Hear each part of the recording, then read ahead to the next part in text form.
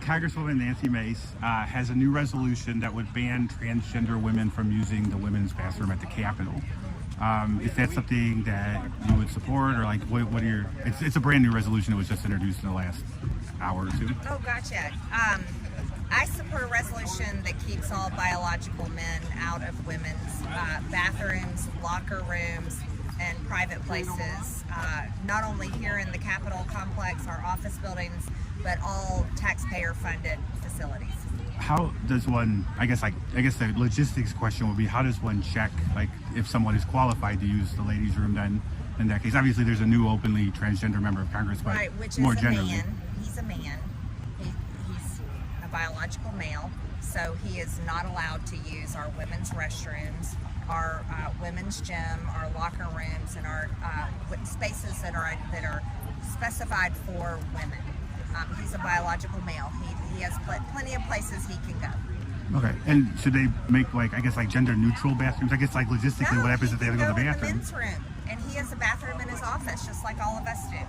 And that's where I use the restroom most of the time in my office. If he has a bathroom that'll be designated for him. But men need to respect our spaces.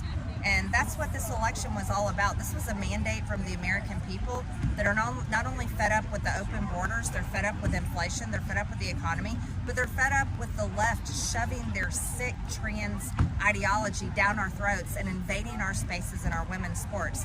So sorry for the uncomfortable question, but I'm giving you the direct answer. The American people spoke at the election. They're sick of this shit. And so the new member of Congress that was voted into Congress on behalf of his district in Delaware needs to respect my space, my privacy, and other women's space and privacy, because he is not a woman. So that's my answer. Not be in the locker room, should not be in changing rooms, should not be in our restrooms either.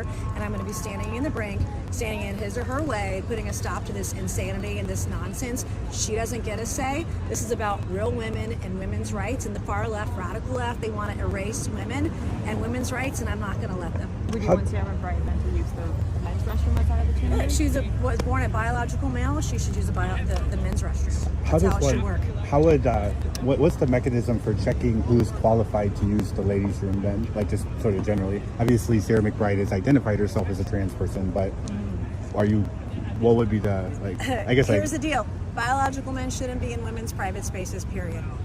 End of story. So this is specifically because Sarah McBride is in Congress. That and more.